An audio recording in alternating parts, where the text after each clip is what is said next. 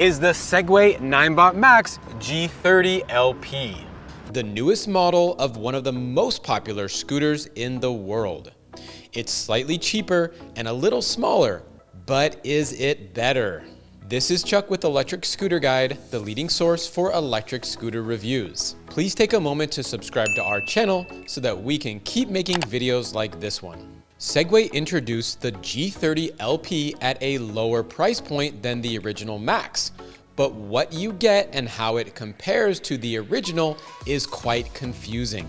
However, there's actually a massive difference between these scooters, and we're here to break it down for you. Between the G30LP and the original Max, the main differences include the scooter size, range, power, and charging ports. We also found that the G30LP has surprising braking ability, which we'll cover in detail later.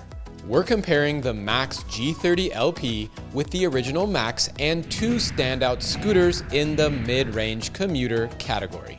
The G30LP lands right in the middle of its class when it comes to price, about $100 less on average than the original Ninebot Max. The original Max has the most range, while the G30LP has the least, even though it's more than enough for the average daily commute. The G30LP has the second fastest top speed in the group, only 2 miles behind the frontrunner and beating the original Max by just 0.2 of a mile. The G30LP comes in last in our 0 to 15 test, while the original Max takes the lead in this competition. Although none of these scooters storms up a hill, the G30LP is an able hill climber, coming in second behind the original Max. Now here's where the G30LP breaks some ESG records. It has impeccable braking with a distance under 11 feet. The G30LP lands in the top 10 best braking distances for electric scooters tested by us. It has comparable braking to high-end, well-known scooters, some that are more than triple its price, including the Apollo Pro, Kiwa Q Power, Weeped GT50E, and even best, the Apollo Explorer. So, as my friend Alberto in Italy would say, it is what it is. It is a pretty average size scooter now. It's not really big like the original Max was, but it does have the 10-inch tires. So compared to the original Max, it is a little bit less stable, but the 10-inch tires do help with overall damping, especially with the really small, little tiny cracks and bumps in the road. And so without suspension, you're not gonna get that really nice damping effect. In terms of just how it feels and the speed and all that kind of stuff, it does get a legitimate 18.0 miles per hour, which is actually a hair faster than the original Ninebot Max. So when I went on a race with Paul, he was on the Ninebot Max original, I was on the newer one. The Ninebot Max original actually has better acceleration than the newer one, and the initial speed burst had the Ninebot Max and Paul winning. But then by the end of the street, it actually allowed me to overtake Paul and win the race to the stop sign. The other thing that I really appreciate is that with this type of thumb throttle, which is really my favorite, you're able to control your speed really, really well. So if I want to go exactly 4 miles per hour, I can go exactly 4 miles per hour without a bunch of shaking and jerking like you'll get on other scooters when you're trying to just lock in a slow speed. The deck size is different than the original Ninebot Max. You're getting 17.3 inches of deck length here, and deck size is becoming more and more of a factor for electric scooter buyers, we've noticed. So if you're a larger person, you may wanna consider getting the larger Max. But if you're someone like me, this is actually adequate for me, and the deck length is quite average. The other thing that I want to mention is the deck to handlebar height, because that actually changed with this new LP model. You got exactly 2.5 inches less distance here. And so for larger riders, again, those that are 6 feet or higher, you may want to consider looking at the original Max because it's bigger for you. When you're standing on a scooter, you actually want a slight bend in your arms. See, there is a slight bend in my arm. That's okay. If I'm out here, then I'm gonna find myself leaning forward, and if someone like a big dog like Ramir is on the scooter, so this scooter wouldn't fit him so well. Speaking of size, luckily we got a big dog here on our ESG team. Ramir, what do you think about this scooter? Pew! Hey Chuck, I think you're right about this new Ninebot. The acceleration is cool, it's still powerful, it's still a well-finished scooter, but with the shorter deck and the shorter stem, I just don't feel comfortable with this being a big dog. My hands are like this, I'm crouched over, I might just topple over. But if you were an average sized person, a small dog, this is okay. To find out if it's big dog approved or not, click the ESG website. So when you're riding, the cockpit area is actually pretty feature rich. You've got your thumb throttle on the right hand here.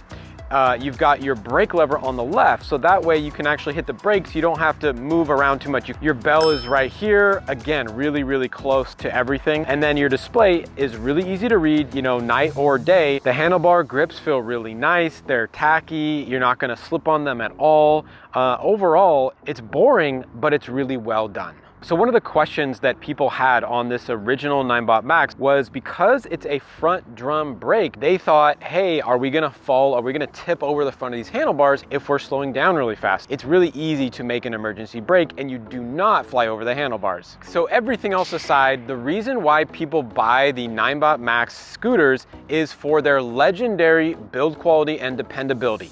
The whole scooter is rock solid. You have no handlebar wobble. You have no stem wobble. It's like this thing was carved out of a single piece of metal. Everything works really well together. The folding mechanism is extremely robust, and it has a safety collar on it, which you'll pull out and then unlock. Now, they give this scooter a 220-pound max rider weight, but as we all know, it can handle a lot more than that. When you buy a Ninebot Max, you don't get a scooter that's gonna have a 5 to 10% dead on arrival rate like you do with other electric scooters. Ninebot and Segway, they have amazing quality control. You rarely hear of issues that anybody has with their scooters. It's just a well-built machine. The other nice thing about this scooter is that it has an IPX5 water resistance rating, so you can actually ride it in the rain and no water should get into your scooter. Furthermore, it has tubeless pneumatic tires that are pre-slimed, which is kind of awesome. Slime is one of those things that people should always add to their tires, just so that if they get a puncture, they won't lose all their air right away. Another really cool element that Segway added with this scooter is that when you're charging the scooter, this actually gives you the exact percentage of battery that you have charged while it's charging. So you know when you're close to 100%, and that's kind of an awesome feature for riders. Segway nailed the little things and the big things. With the Ninebot Max G30LP, you don't have a lot of moving parts. So the handlebars do not fold, and they're sticking out, you know, 18, 19 inches. But the stem, of course, does fold, and it's a really nice design. You just remove the safety collar right there, push this little guy out, and then it locks into the back of the fender with this little hook. Then you can pretty easily pick it up. You do have a scooter that's about 43 inches long, which is about average for this price category. The height of the scooter when folded is a little above average, and then the handlebars, as you know, also do stick out. So I would not call this an ultra portable or even really a portable scooter. And the weight of the scooter is about 39 pounds, which is about 3 pounds lighter than the original Ninebot Max. One of these does pass the trunk test a little easier than the other one. This is not easily fitting in. You actually really have to take it in sideways, get the handlebars in first. It's still not gonna fit like super easy, but right, it is about 2.5 inches shorter. So it's just an easier scooter to load in the trunk because it's got less folded length. The Ninebot Max G30LP really checks all the boxes in terms of safety. It has dual pneumatic tires that are 10 inches, which is the best tire kind of combination for safety. You've got a great braking distance of just 10.8 feet when stopping from 15 miles an hour. Of course, you have your audible warning device, which is a bell. Finally, this scooter has a high mounted light. The deck, even though it's a rubber style deck, it has these little nubs on it. We've been doing some testing, and one thing that we found was that the slippage due to water is actually non-existent on this. We're getting the same results wet or dry due to little nubs that may actually just kind of grip into your shoes. Basically, in terms of safety, this thing gets a 5 out of 5. Another reason why this scooter is boring, but in the best kind of way. Pros and cons. Overall pros include build quality, build quality, build quality, and safety. Overall cons include the ride quality and looks are boring, and we expected more range from a Max. So, is the G30LP better than the original Ninebot Max? Overall, I'd love to say that the newer scooter is better, but it's just not. But that's really only because the original Max was so amazingly good, and if that didn't exist, we'd probably be way more pumped for this new scooter. The smaller scooter retains the industry's best build quality and dependability, but we already had that. So what makes it better? Basically, it is smaller. So if that's important to you, then that is something. But for the extra $100 for the original Max, you get more than double the range and a more stable ride that fits more sizes of riders. Look, if you're gonna get a boring scooter, you might as well be comfortable. Which scooter do you prefer, the original Ninebot Max or the newer G30LP? Let us know in the comments and why. If you want a more in-depth account of this scooter, join us on ESG live show number 68 for the Segway Ninebot Max G30LP deep dive. This is Chuck with Electric Scooter Guide. Ride safe and don't forget to wear your helmet. Still not sure if you like the G30LP or the original? Check out our thoughts in this Segway Ninebot Max review. And if you want to see more comparisons of scooters like this, don't miss our single motor slugfest featuring the Ninebot Max, eMove Touring, and Apollo City in this deep dive.